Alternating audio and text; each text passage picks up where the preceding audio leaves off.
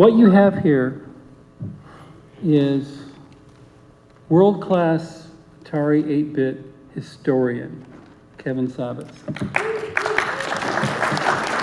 That's his book. You have a world-class game designer. Anybody not know who Dave Crane is? Get out. Well, we could educate them. And I am a game hardware designer in one of my professional lives. I was apprenticed to Jay Miner in 1976. I had the great luck to work on the Atari 2600. I'm the surviving chip designer. I got to work on the Atari 8-bit machines, which is what we're commemorating here today. They're 40 years old this year. And then I got to play it a third time working for Jay on the Amiga, which was a world-class animation machine. So that's how we got here. If I had the magic of videos, we'd show you some videos, but mostly we have stories to tell and questions to take. Now, It's the 40th anniversary, like you said, of the Atari 400-800. Just a little bit of context, a tiny bit. In 1977, this trifecta of amazing computers came out, right? You had the TRS-80, you had the Apple II, and you had the Commodore PET, and which made, for most people, microcomputers available at a steep price, but for the first time, something you could take home on your desk. And they're amazing, and yay, but that was 2 years ago, to 77. Here we are in 79, the Atari 400 and 800 came out, which changed the playing field, because now you've got a microcomputer that had some real color, real sound, instead of a little 1-bit noise on the Apple II, and they call it pulse width modulation. it was real sound with 4 voices, and it was glorious. And it was a whole nother thing compared to those, it was the next generation. It just came just 2 years later. So that's what we're here to talk about and celebrate. So then we have, one of the people who did the hardware and one of the people who helped with the operating system. And that's what we're here to talk about without video. Go. Live in the future, we're just starting now. So, I had the privilege of working on the 2600. It was getting ready for production in 1977. And we stepped back and started thinking, what are we going to do next? Now, I was inside, I was looking at the work of him, and I was thinking, oh my God, what are we going to do next? It was clear that this was going to be a success. We didn't know how big. We thought the machine would sell for 2 or 3 years, that people might buy 3 or 4 cartridges per machine, and that our competitors would eat our lunch if we didn't in a short period of time. So we were in a hurry to do our next machine. But we're also wrestling with this dilemma. Are we trying to build the next greatest game machine? Or are we trying to build a productivity computer like the Apple II? Or something in between? To make a long story short, we wound up designing a system and packaging it in 2 ways. I didn't bring my 400 with me, or my original 800, because those were in the slides. But we built a machine that was originally going to be a game player alone, where a keyboard would be an option, and a real computer with full-stroke keyboard and whatnot that was designed to expand.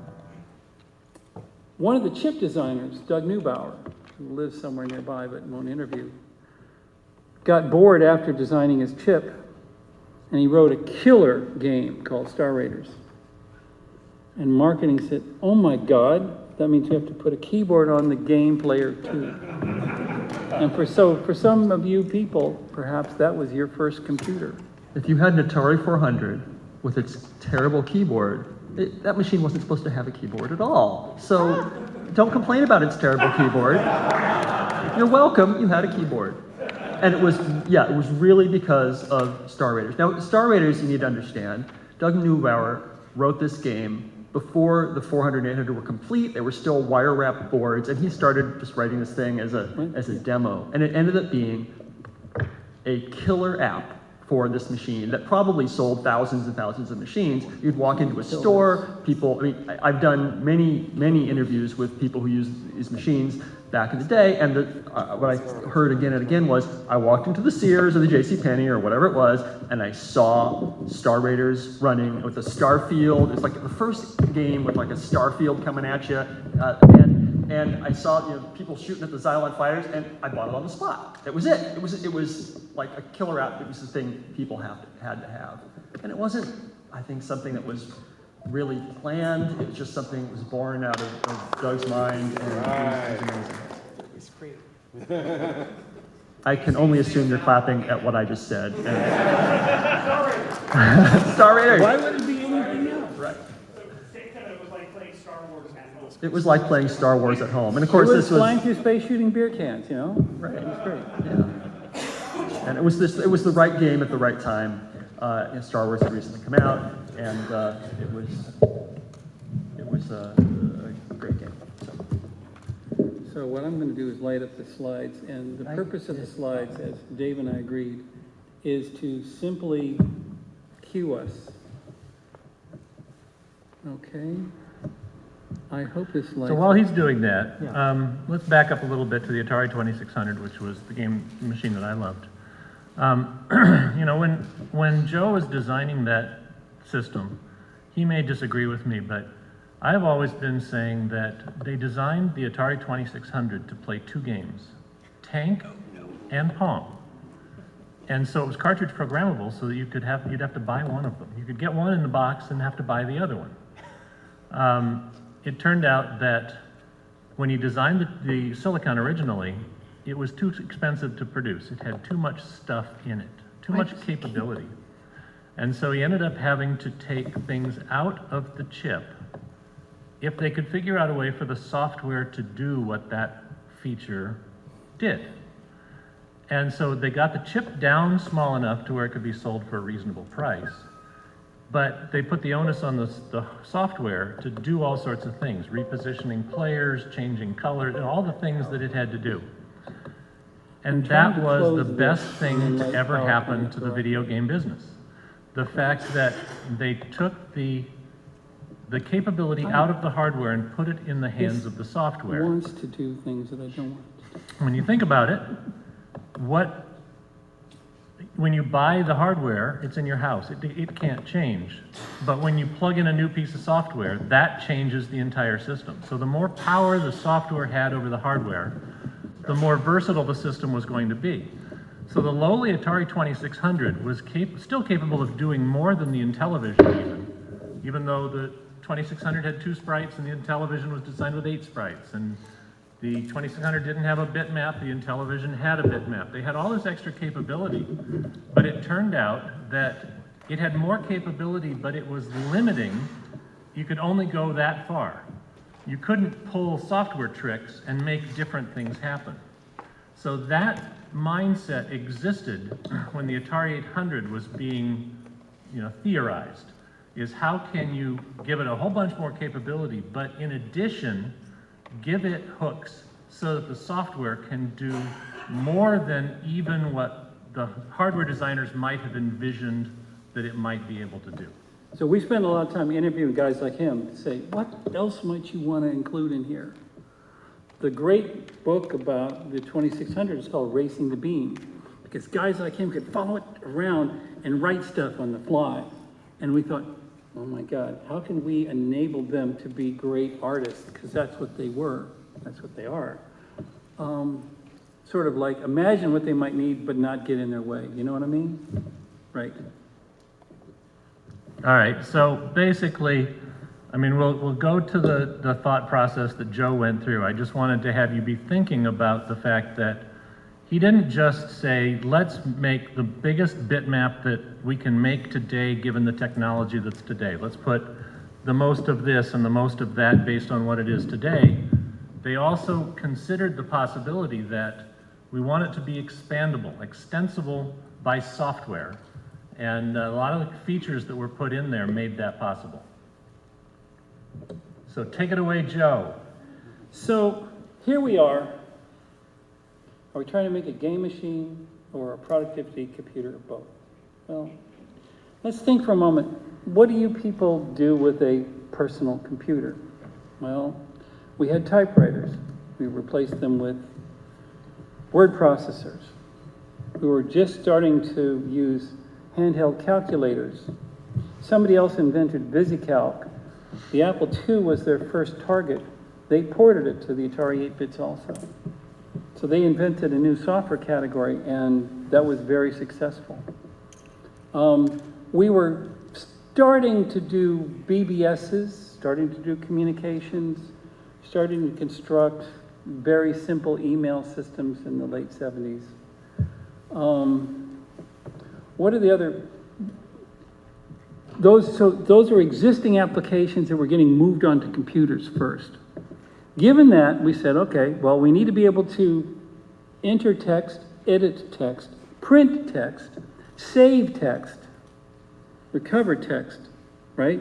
So you could write books with it and enter financial data, print the results, do the what ifs and whatnot. So that's the kind of thing we were thinking about for productivity. And then, what do you need for games? Well, he started to talk a little bit about it. We could now afford a bitmap. I'm not going to go deep into what it costs us to build the 2600 or the 800, but we were certainly willing to spend a lot more money on memory, but we could afford more memory. So the very earliest concepts of the Atari 8-bit machines were at least 4,000 bytes of RAM versus 128 bytes of RAM. You know, that game machine had 1,000 bits. So we can do more things, and we not only could we afford a frame buffer rather than a line buffer, but we wanted to be able to animate it quickly. So what are the obvious things to do? Well, productivity means you want to see characters. It's not reasonable to put characters on the 2600. It's been tried, but it's really hard. So we knew we didn't want to put characters on the screen. Well, we're bound by what a PC... People are used to 80 and more columns of characters on the screen, but in those days, the nice monitors gave you 80 columns across. But we're stuck with the TV bandwidth, so we can do basically 40 characters across. Atari had made the decision to time the system to work with a standard television set in order to keep costs down. Because the PC hadn't come along, even monochrome monitors weren't common and were expensive. Color monitors in 1977 didn't exist, really. And if you could try to buy one, we're talking $1,000 here. And for perspective, in 1977, $2,500 buys you a nice car, and $25,000 buys you a decent house. So whenever I talk about prices, I have to index it to what it used to cost. So we're stuck for productivity, 40 characters is what we got. But if we realized that if we've got the hardware to grab 8 bits and read them as a monochrome line, we could do color. And we could grab 4 sets of 2 bits and do 4 color characters. If I could get any displays to run at all, I would show you what that looks like. Because it allows you to do colored characters, which is what the NES does. Turns out that Nintendo had to pay us a few royalties, but that's all hidden under the mattress. No one will admit to it. I talked to Howard Lincoln about that a summer ago, and he got really quiet. But we realized we could do that. And of course, if you look at all the other machines out, they were also working with bitmaps. So stepping back, we have TV bandwidth, which means that if we're doing color things, we can do 160 of them across the screen. And if we're doing monochrome, maybe we can get away with 320 characters across. So our maximum bandwidth is maybe 320 by 192 or 160 by 192 if they're kind of oblong little characters. So we're stepping back thinking, okay, we can make characters, we can make colored, multicolored characters, we can do bitmaps from large to very small pixels. And then we have, the programmers follow the beam down the screen. They do all kinds of things. So we decided to build a little bitty display processor, a tiny second processor in the Antic chip. And what it does is it gets to the top of a block of lines and it reads the instruction and says, what am I going to do next? Is the next thing a line of characters or coarser characters, or is it colored characters, or is it monochrome characters? So it does this line by line down the screen. It reads this thing. And if I could get a display running, I would show you what it looks like. But it has a great deal of versatility compared to any of the other machines that it was competing with. And we were thinking explicitly, because we were in an entertainment company, we had a whole building full of coin-op guys and girls in the next building. So we got to go interview them all the time and what they were doing for coin-op. And we explicitly designed a machine that would make it easy to port common arcade games from the time directly home. And we did that. Yeah. So as Joe said, two machines were being designed. One, a productivity home computer to compete with the Apple II, and the other was a game machine. Now, of course, over on the game side, we didn't care so much about a productivity machine. We wanted to make the best game machine possible, so we were always whispering in their ears to make this better and that better.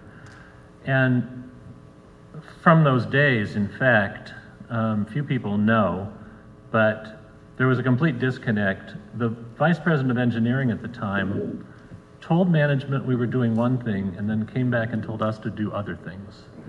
So we were literally building the best video game machine, and then he would sit in meetings and say, yep, it's going to compete right there with the IBM 360. I was one of the people, one of the things that Atari did in those early days too is those of us in the engineering lab ended up going to the trade shows. We used to go to CES twice a year. I went to 35 CESs in a row in my career, twice a year for 17 years. And we'd end up doing the demonstrations. And when we were demonstrating the Atari 800 at CES, I was standing on the floor, people would come up and they'd say, what can it do? I'd look around if there's marketing guys. I said, well, it's a home computer, and let me tell you how this home computer can work. And if they weren't there, I'd say, this is the best game playing machine. It's going to have all these cool colors and all this kind of stuff. Because at that time, it had no peer. We had, I had a 14-year-old girl. I don't know how she got into a show that was 18 and older, but she was the bane of my existence. She walked up and said, what is it? Well, it's a home computer. What do you do with it? Well, you can balance your checkbook. You can type a letter. We don't have any printers to print the letter, but you can look at it on the screen. And she looked at me after each one of those and said, I don't want to do that. Why would I want to do that? And, they were so focused with trying to make a machine that would compete with these other guys that they really didn't understand that really, Cool. Say really what we needed was, another game machine because the Atari 2600 was getting long in the tooth. In my opinion, this was not very long after it was shipped. In my opinion, desktop publishing, using a computer for the things that we use a computer for, it took the Macintosh and the laser printer. Until you had the $4,000 laser printer and your Macintosh on your desk, you couldn't use a home computer for anything. And that's more than a new car cost at the time. Yeah. So really home computers were not, when you say home computer today, these things are not in that category. They were basically, yes, let's pretend it can do this, and let's put out a little 40-column printer, and let's put out a little hard disk, or save on a cassette tape. Those are the kinds of things they were trying to do and make it a computer. Atari, like you said, was trying to make, is this a game machine? Is it a productivity machine? Is it both? It's a floor wax, it's a dessert topping, right? And it managed to be a great game machine and okay for productivity. I think it's number one, like you said, yeah, they tried, like here's a printer, but it's 40-column thermal printer. It's terrible. Here's a cassette drive. Here's a floppy drive. It's okay, but it's slow. Not as slow as the Commodore drive by any means. But yeah, it was not real fast either. The lack of 80 columns was a big limitation. I think if there was 80-column VisiCalc, it could have changed the game for that machine. And I disagree with you when you say computers weren't useful until the Mac, because I mean VisiCalc changed industries. But yes, it was on the Atari, but with 40 columns, it just wasn't good. But I mean, if you want, there was productivity stuff. There was your checkbook manager and your home filing manager. But then the companies would come out with like, oh, here's software for you want to design hydraulics. Because you're a hydraulics designer in some industry, well, you can do that. Here's the beautiful, graphics. So you can see the system or the design electronic circuits layouts or something, and the graphics were there to do that, where you couldn't do that with other systems. So for certain productivity things, it was a great machine. But for word processing with 40 columns, it wasn't. I think it kind of whet your appetite. Mm-hmm. Now what I could really do. So here is we actually have video now, and this is my personal, character display, keyboards, printers, mass storage, communications, et cetera, But you're all here at a game expo, right? So it could do these multicolored characters, similar hardware, but they did Star Raiders, and like we say, it was so good that, oh my God, you have to put a keyboard on that machine, and that's what its display looked like. And as you can see here, there's this big bitmap, but it also uses moving object graphics, some people call them sprites, to move around these targets. And these targets, they build other shaped things for your wide angle view, and then they change mode right here, and they start displaying these custom characters to give you control panel information for this fictitious spaceship you're flying. And then this one doesn't on the fly. When you get a status prompt at the top, it actually replaces the graphics line for a couple seconds with your shields on, and then it puts it Right, and it does all that live. And meantime, it was designed to make it easy to do porting arcade games. So this was done by another company, but doing this on this hardware is trivial, and it didn't flicker. No, and that's a text mode. That you're looking at the Pac-Man display screen. That was a 4-color text mode. They redefined the character sets to look like the game board, and then the ghosts and the Pac-Man are Where does it go sprites. here? Here's multicolored characters, right? So you build multicolored characters and stick them in, right? And so it was easy to port Donkey Kong. It's easy to port Space Invaders. Was trivial, wildly popular, and it of course didn't flicker. And this one here, those rows of characters moving back and forth in Galaxian, those are characters, not a bunch of moving objects. And Antic works so that those rows of characters can scroll in either axis cleanly, easily. You don't have to rewrite them all the time, you just move them. And so if you're going to have one of them break off and then attack you, you replace the character mode creature or spaceship with a moving object, and then it peels out and attacks you, right? So you switch back and forth between doing these things. Now let's not miss what he's just talking about here. This is kind of interesting. Because this was a game company making this computer, and also arcade, experience, the hardware was given scroll registers, horizontal scroll registers. And vertical. So, yeah, but horizontal is always the hardest. But anyway, so just imagine you've got an entire bitmap, and you want to shift that bitmap to the right by 1 pixel. On any other machine, you have to redraw the entire bitmap into memory. The entire thing, which could take 5 frames. You don't get high speed. With the horizontal shift register, you basically, or scroll register, you change that number by 1 and it shifts over. You don't change the data at all. It shifts its position on the screen. So if you want to do full scrolling vertical and horizontal, you shift with a scroll register 7 times, and on the 8th time you have to redraw it. But then you shift it and shift it, on the 8th time you redraw it. So it's basically, because it came from a video game company with arcade experience, this computer has the ability to scroll images at high speed. Because that's It's a what big the difference. customers want. Yeah. Anyway, so there's that. Stepping back for a second, here's a list of what the applications might be. Write words, calculate stuff, communicate with other things, manage your files, educate your kids. Some of us have children and wanted to educate them at one point, right? Start programming in BASIC or work in assembly or C to write new applications. As long as I finally got this here. So what did we do? We took the same processor that we used in the game machine, but it ran at 50% faster. We gave it a whole lot more memory. We were originally planning on 4K, but we shipped it with 8K parts, and we switched pretty quickly to 16K and then 48K. By the time, this guy here, he's 48. 64, actually. 64? You're right, he's 64, and then did some memory management, right? That shipped it around the same time as the Commodore 64.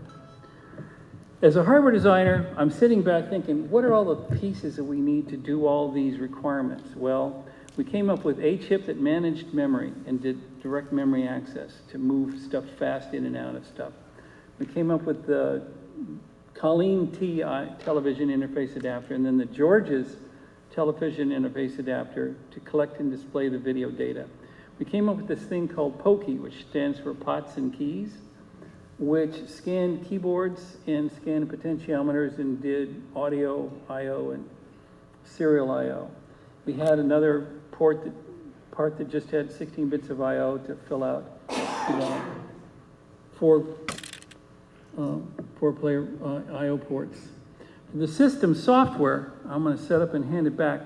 So the 2600 didn't have any resident hardware or software at all.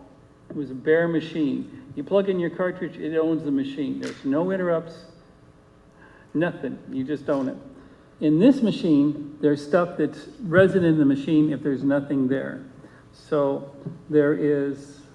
we put in what's called a basic I/O system that's built into the machine that abstracts all the I/O.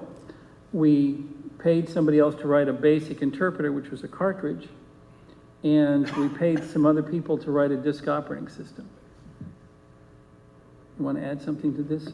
And the design was looking at best practice. It had I/O control blocks, I think they were called, device control blocks. It was structured the way a lot of modern operating systems were structured.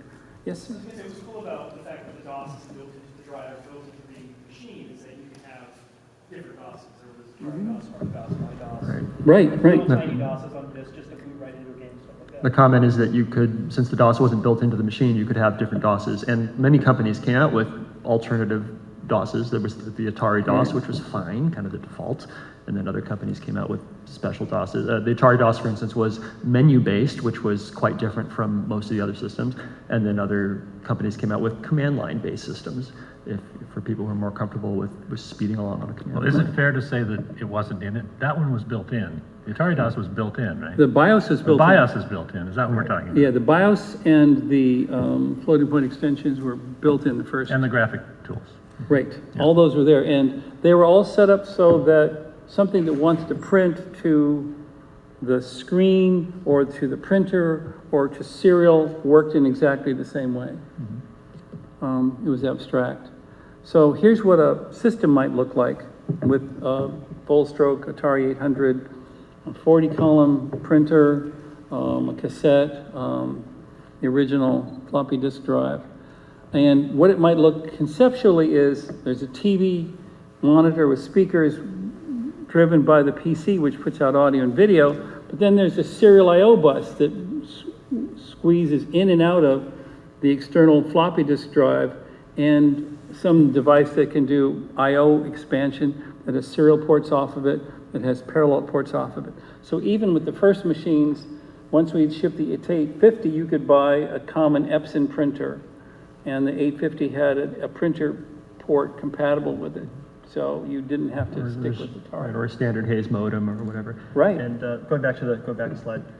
So there's the Atari 800. After focus group testing, they made it look like that because people were familiar with typewriters. And they didn't, computers were scary and they were new and we don't know how to use them. But this look almost like an IBM Selectric, right? There's nothing scary about this. Right. So that is exactly why you've got this base machine. That was marketing doing a good job. For once. Kevin McKenzie did the industrial design for it. So let's see, what did we learn from this thing? As a game console, we did good self-development. We wanted developers. We weren't afraid of Activision yet. We should never have been afraid of Activision, but we weren't yet. So we built good self-development tools. You could write great games for it, on it. As a computer, the original version was too expensive. It had this big Faraday cage. It was 2 millimeter thick aluminum casting, completely encompassing. Hams like them because they're RF quiet, but it made it expensive. And the FCC changed the rules right after we shipped it, and it took us a while to respond. Commodore came out with a machine that was, from the inside, similar to the 800XL, but they did it, in 82? I think so. They sold 17 million units. We sold 5 million of these things. In my opinion, we should have shipped a unit with an integrated floppy drive like the 1450XL, which never really hit the light of day.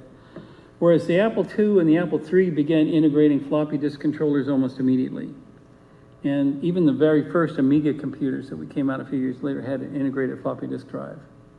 We also experimented before the company failed in building an extension on the PBI so you could have slots, but the company fell apart before we could ship those.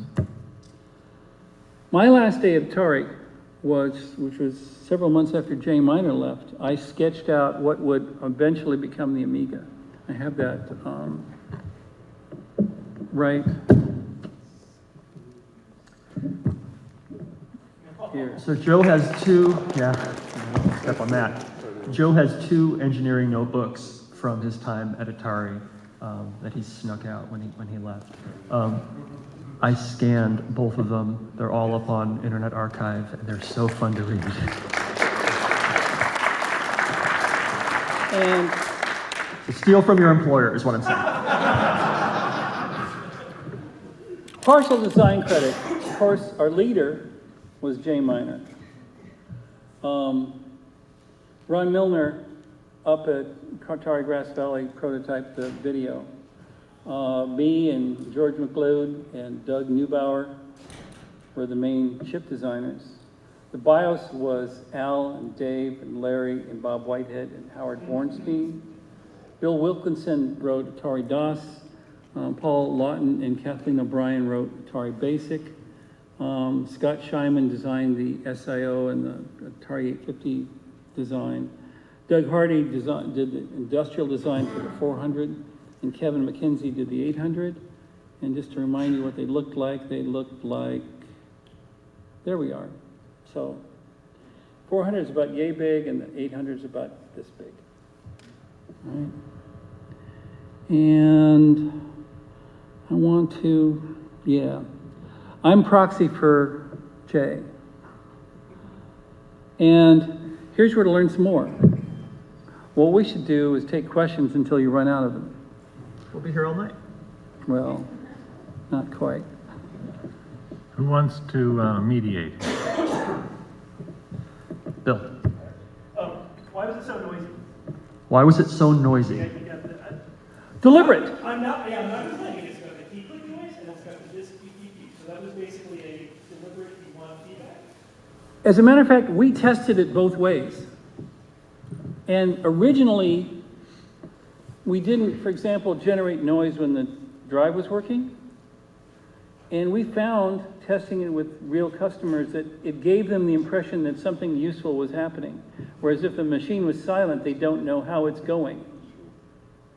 And we gave you a beep, you know, a little noise when you punch keys so that you know you're getting auditory as well as other feedback that it's actually working. These do that now too. Right, you know, Phones do that now too. Yeah. because people have rediscovered the same facts about human nature.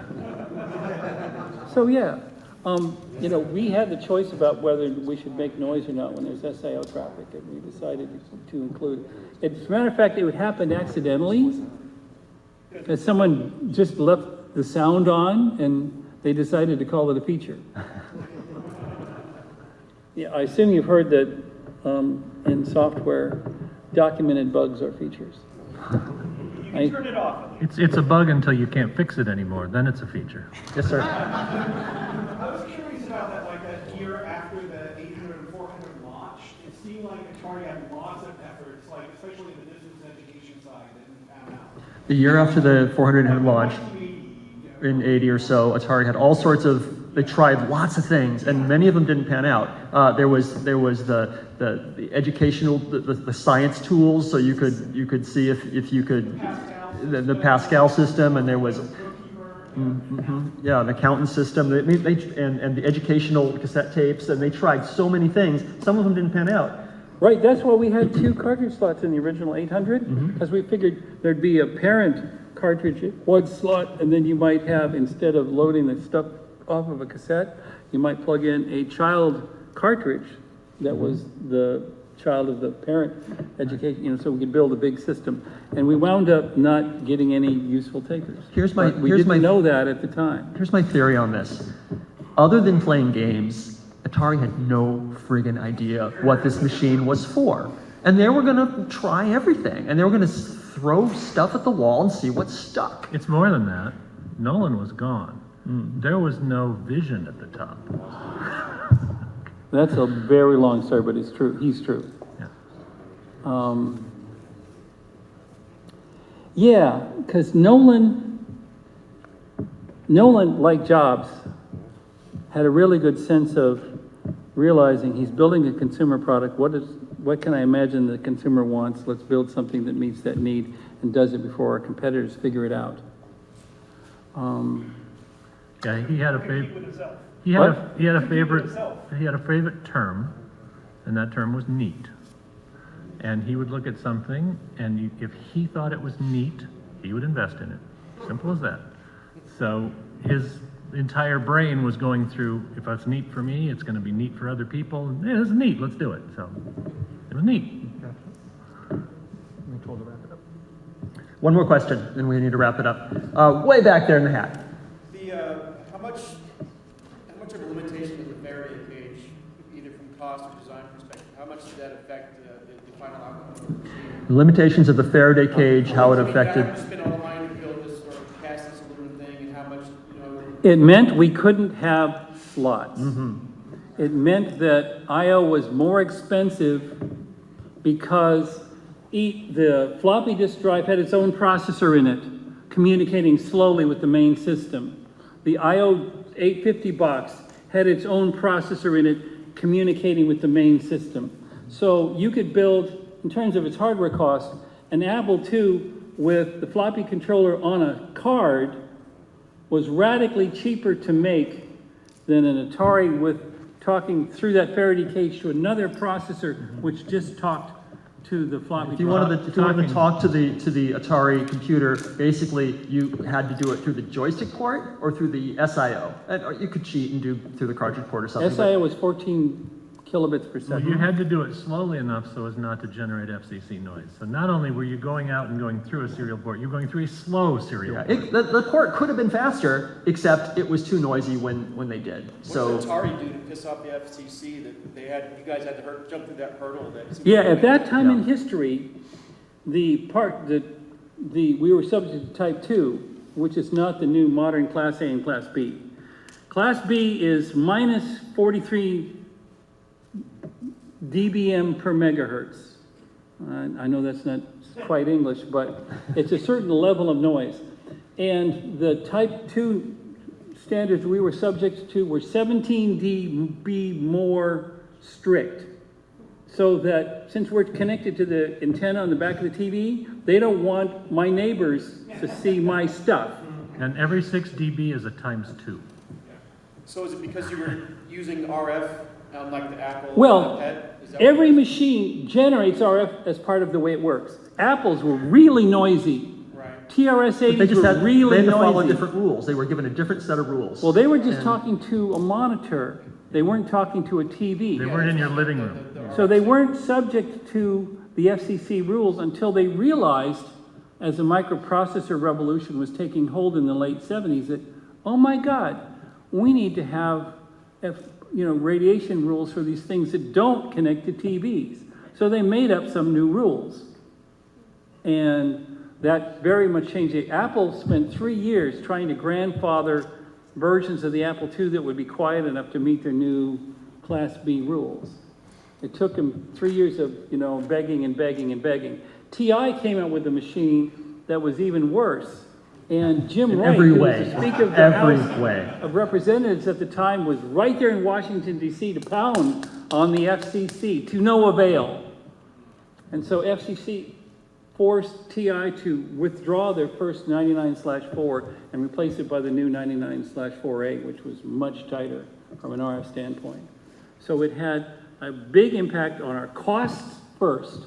And if you're competing with people who aren't subject to those rules, either, let's say, the Commodore 64 or re-engineered Apple IIs, it takes a while to catch up. And we weren't aggressive enough to catch up. Also, which crosses all this, is that the games business, which was sustaining Atari, started falling apart between 82 and 83 for other reasons that we won't get deep into. But with the company falling apart, they lose the ability to reinvest and catch up with the current stuff. And they missed the IBM PC compatibility, even though they thought about it. So that revolution came and went and left Atari gasping. I have a final question for you guys. How long did you expect these computers to be used, in years? And how do you feel that they're still being used 40 years later?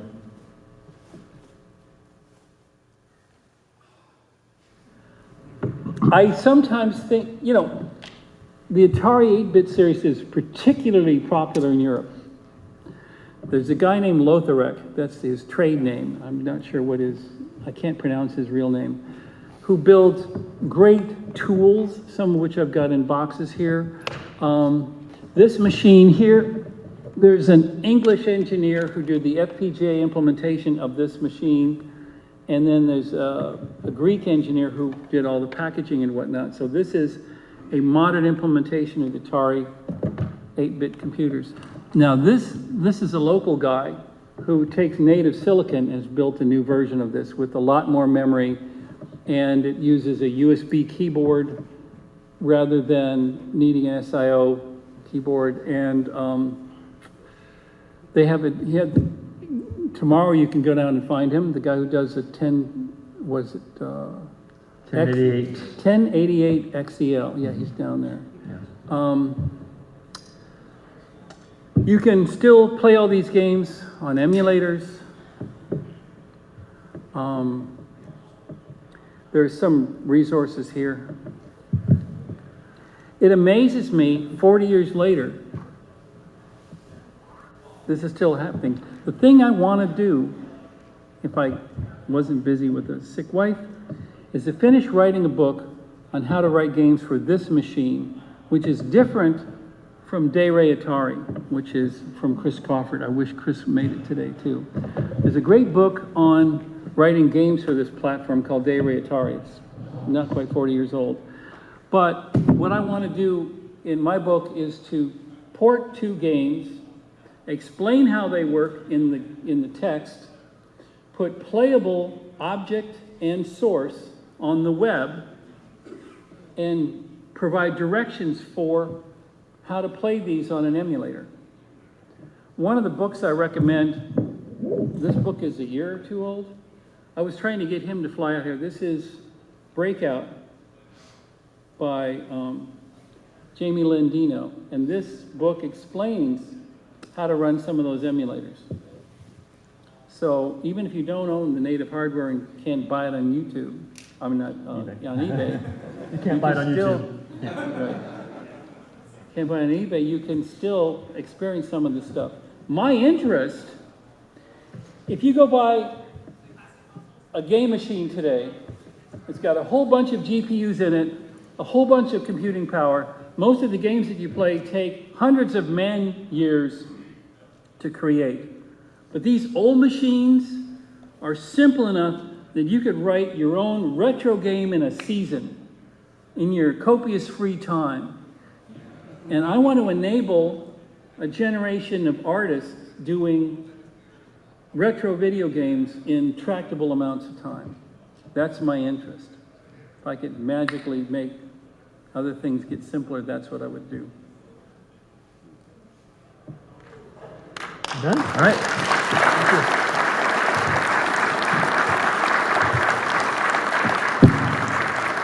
All right, time to pack up. I would have